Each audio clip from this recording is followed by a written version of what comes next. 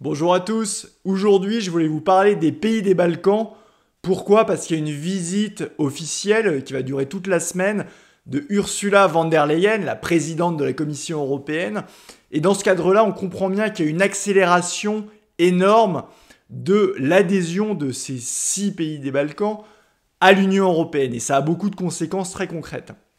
Pourquoi je dis ça? Parce que c'est pas seulement la visite en fait d'Ursula von der Leyen qui va donner ce ton-là, c'est aussi les déclarations qu'il y a eu. Or, sur son compte Twitter, elle expliquait avant cette visite que ces pays avaient un avenir en commun avec l'Europe, mais ça ne s'est pas arrêté là en fait, parce que hier spécifiquement, elle a visité l'Albanie, et elle l'a dit beaucoup plus clairement, le futur de l'Albanie est au sein de l'Union européenne. C'est d'ailleurs ce qu'a demandé il y a quelques semaines les États-Unis, qui exigeaient eux aussi que les pays des Balkans rentrent de l'Union européenne. Bien évidemment, aucune réaction de l'Elysée, malgré le camouflet énorme des sous-marins australiens.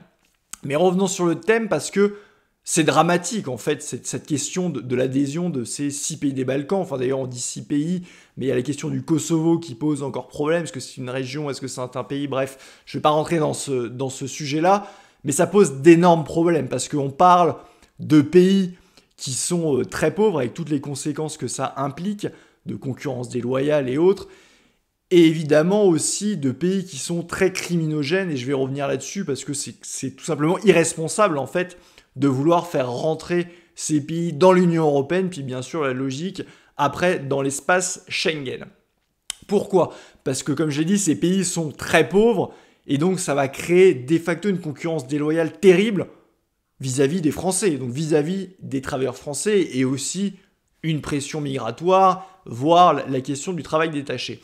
Si on prend par exemple les salaires minimums, on voit qu'il y a une différence abyssale, c'est-à-dire entre, si on prenait les SMIC soit 2020, soit 2021, entre la France et le Kosovo, pardon, on passe de 170 euros à 1539. Et donc, ça veut dire quoi? Ça veut dire tout simplement qu'il y a une différence de 1 à 9. Donc vous vous rendez bien compte, quand il y a une différence de 1 à 9, ça veut dire que vous mettez tous les travailleurs français en concurrence avec ces pays-là. Pour le travail détaché, c'est aussi une catastrophe, parce qu'évidemment que les cotisations sociales sont bien inférieures à ce qui se fait en France, et une pression migratoire, parce que évidemment, quand vous pouvez avoir un salaire 9 fois supérieur à ce que vous touchez dans votre pays, bah vous allez bien évidemment y aller. Et d'ailleurs, ça ne concerne pas uniquement le salaire minimum, parce qu'il y a aussi une différence abyssale de l'ordre de 1 à 7 quand vous prenez le salaire moyen. Donc voilà, sur le plan social, c'est tout simplement irresponsable et dramatique de faire ça. On sait très bien que l'Allemagne pousse, parce que c'est son espace naturel. Il y a d'ailleurs pas mal d'immigration des pays des Balkans vers l'Allemagne. Donc l'Allemagne pousse à cela, et l'Allemagne va pouvoir délocaliser une partie de sa production, tout ce qui a moins de valeur ajoutée dans ces pays-là à bas coût. Donc évidemment, l'Allemagne va pousser là-dedans, mais c'est dramatique pour la France en termes évidemment de concurrence déloyale, mais aussi en termes de délocalisation, parce que je rappelle déjà que la majorité des délocalisations françaises se font au sein même de l'Union européenne, en l'occurrence vers les pays de l'Est, et on est vers le même schéma des pays à bas coût. Et après, il y a aussi une dimension de sécurité qui est là-dedans complètement oubliée, et qui est dramatique et complètement irresponsable en fait de faire entrer ces pays-là. Ce sont des pays qui sont très criminogènes. Et je vais mettre un lien d'ailleurs qui décrit tout cela en description. Mais ce sont des pays qui sont à la pointe pour les trafics en tout genre et les mafias au sein même de l'Europe. C'est-à-dire que c'est la porte d'entrée déjà du trafic de drogue, et en l'occurrence de cocaïne. Il y a de nombreux ports des Balkans sur les principaux ports d'entrée de la cocaïne et de la drogue en Europe. Ce sont des pays à la pointe au niveau du trafic humain, voire trafic d'organes, comme il y a eu au Kosovo. Donc c'est absolument lunaire de vouloir faire entrer ces pays-là, mais ça ne s'arrête pas là. Du trafic de bétail, trafic de véhicules, trafic de tabac, enfin vraiment tous les trafics en dougeur, et même la mafia albanaise d'ailleurs est connue pour être à la pointe au niveau notamment en Italie, pour tout ce qui est du trafic des migrants. Il y a notamment le côté esclavage, trafic sexuel et autres, et le trafic de migrants, de faire venir des migrants au sein même de l'Union européenne et du continent européen. Donc on est là, on marche complètement sur la tête. Ursula von der Leyen le dit, les États-Unis l'exigent, et l'Elysée a un silence total là-dessus, mais comme pour tous les derniers élargissements. Je rappelle que les élargissements à l'Est, c'était le traité de Nice en 2001 qui a amené les élargissements successifs en 2004 et 2007. Les Français n'ont jamais été consultés.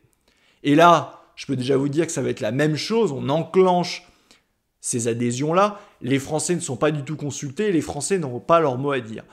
Le dernier référendum en France a eu lieu il y a 16 ans et 4 mois. Le dernier référendum sur la question de l'Union européenne, évidemment, c'était celui-ci. Et quand on voit une telle fuite en avant, en fait, de la part de l'Union européenne, d'intégrer ces pays, ce qui est une véritable folie, il serait temps, enfin, d'avoir un référendum sur notre appartenance à l'Union européenne pour que les Français puissent se prononcer. Pour ma part, et pour ce qui est évidemment de Génération Frexit, on va regarder attentivement les programmes de tous les candidats et ceux qui se mouillent quant à notre appartenance à l'Union européenne, et notamment ceux qui auront, à défaut de proposer même le Frexit, mais ceux qui auront le courage d'inclure, le courage d'ailleurs, le caractère démocratique, d'inclure dans leur programme un référendum sur notre appartenance à l'Union européenne, parce que c'est primordial, et cette fuite en avant, cette adhésion à venir de ces 6 pays des Balkans le montre une fois de plus. Écoutez, j'espère que cette vidéo vous a plu, qu'elle vous a donné des informations. Je vous invite évidemment à mettre un pouce bleu. Je vous invite à partager cette vidéo. Je vous invite évidemment à la commenter. Vous le savez, pour le référencement, il faut le faire. Partagez-la autour de vous. Et pour continuer ce combat, notamment pour obtenir un référendum sur votre appartenance à l'Union européenne, bien évidemment, je vous invite aussi à nous rejoindre à Génération Frexit dans ce combat à adhérer. Le lien est aussi en description. C'est très important parce que si vous voulez qu'on pèse pour amener cette question du référendum, notamment pour la présidentielle de 2022, mais évidemment après, parce qu'on ne lâchera pas le morceau, je vous invite également à adhérer à Génération Frexit et je vous dis à très bientôt.